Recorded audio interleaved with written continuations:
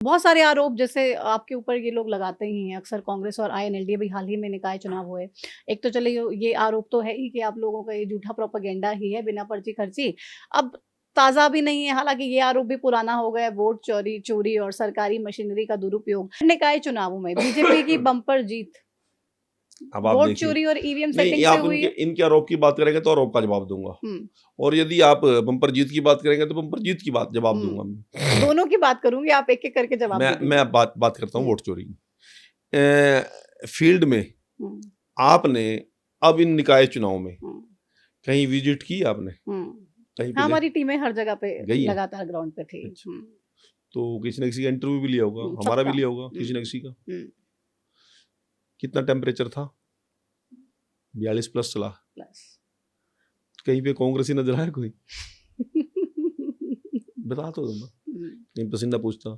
तो नायब सिंह सैनी कहीं ना कहीं जरूर मिले होंगे आपको, मोहनलाल बडोली जी जरूर मिले होंगे, कहीं ना कहीं अरविंद शर्मा जी मिले होंगे, कहीं ना कहीं कृष्ण बेदी जी मिले होंगे, कहीं ना कहीं आपको रणवीर गंगवा जी मिले होंगे, कहीं ना कहीं आपको विपुल गोयल जी मिले होंगे, किसी न किसी कार्यक्रम में मिले ना। जब 42 डिग्री टेम्परेचर में तो जाएंगे हम, हर घर का दरवाजा खटखटाएंगे हम, हर मतदाता के चरण स्पर्श करेंगे हम, हर मतदाता को ये विश्वास दिलाएंगे कि आपकी समस्याओं का समाधान हम कर सकते हैं, तो फिर कहेंगे वोट चोरी। तो यदि वोट चोरी करनी होती तो फिर 42 डिग्री टेम्परेचर में जाने की जरूरत क्या थी? और यदि इनको वोट चोरी रोकते क्यों नहीं है? सवेरे उठेंगे, वॉशरूम में जाएंगे, ट्वीट कर देंगे, उसके बाद कहीं फील्ड में नजर नहीं आएंगे। दोबारा फोन उठवा के दिखा दो उनका, आपने ये ट्वीट किया था जिसका बता, हमने कुछ पूछना है, उठा के दिखा दो ना फोन ही। बात कर रहे हैं कि पहले हमारा संगठन नहीं था, आपकी संगठन बना दिया, अब बता दो कहाँ कहाँ गए हैं आपको। जितने भी कार्यक्रम हुए हैं हुड्डा जी के या नरेंद्र के, इनके प्रदेश अध्यक्ष के या दीपेंद्र के, वो शाम के 6 बजे के बाद हुए हैं। दीपेंद्र भी बहुत अलग अलग कार्यक्रम, मैं ये बता रहा हूँ ना, जाएंगे नहीं। पहले उस पद यात्रा को कर रहे थे, व्यक्तिगत है, अब उस पद यात्रा को कर रहे हैं जी वो राहुल गांधी जिंदाबाद। नहीं, हुड्डा साहब तो भी कह रहे मैं तो गया ही नहीं। अच्छा, गया ही नहीं? यात्रा में नहीं गया। और कहाँ गए थे? रैली के मंच पे थे। वोट के लोगों से उम्मीद करेंगे वोट मान देंगे। इनका तो स्थिति ये है कि जो एक, मैं बता रहा था, एक जानवर होता है गिद्ध बोलते हैं उसको। अब आप पढ़े लिखे लोग क्या बोल लोग उसको, क्या ईगल बोलते हैं, क्या बोलते हैं? गिद्ध हमें समझ आता है। गिद्ध समझ में आता है? नहीं, वैसे क्या बोलते हैं उसको? एग्जैक्टली मैं कोई बस तो एक वो बहुत ऊंचाई पे उड़ता है, परंतु वो शिकार नहीं कभी मारता। वो कोई डेड बॉडी मिले किसी पशु की तो उस पे आके बैठ जाएगा, वहां से अपना पेट भर लेगा। तो कांग्रेस की स्थिति तो ये है कि ये उड़ते रहते हैं, कोई ना कोई मुद्दा मिल जाए, कहीं जाके बैठ जाए। अब पूरे चुनाव में कहीं कुछ नहीं हुआ, समर्थन देते फिर लोगों को। बीजेपी के खिलाफ कौन मजबूत है, उसको समर्थन देते जाके। चुनाव पहले सिंबल की बात की, फिर भाग गए। यही हाल इंडियन नेशनल लोकदल का है, यही करेंगे वो। बहुत पुलाना में एक रीमा सोनी जीती निर्दलीय। अब ये कांग्रेस और आईएनएलडी दोनों, आम आदमी पार्टी भी दोनों, और वो कह रही मैं इनमें से किसी को जानती ही नहीं। सब पीछे लगे कि हमारी वजह से जीती हैं। हाँ, तो अम्बाला में क्यों इनका आदमी जीते? पंचकुला में, अम्बाला में तो आपने सीसीटीवी कैमरास बंद कर दिए स्ट्रांग रूम में, पंचकुला में बंद कर दिए सीसीटीवी कैमरास, और फिर ईवीएम की सेटिंग कर दी। तो केरला में क्यों नहीं की हमने ईवीएम सेटिंग?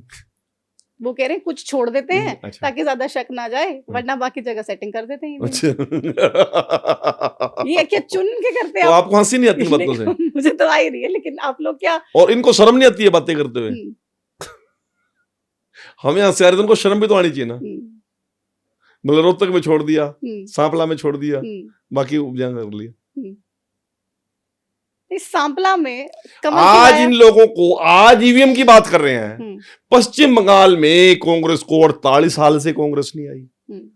यही स्थिति बिहार की है, यही स्थिति उत्तर प्रदेश की है, यही स्थिति इनकी उड़ीसा की है, यही स्थिति गुजरात की है। अरे दिल्ली के अंदर तो उनका ना कोई एमपी ना एमएलए, 4 प्लान से नहीं है। कोई इसको बुद्धि नाम की चीज ही नहीं है इनके पास, कोई नहीं लग रहा है इनको हम कहाँ खड़े हैं और हम क्या बोल रहे हैं। आपको लग रहा है आज भी आसाम में कितने दिन से नहीं, आसाम में कितने दिन से नहीं आई लोग।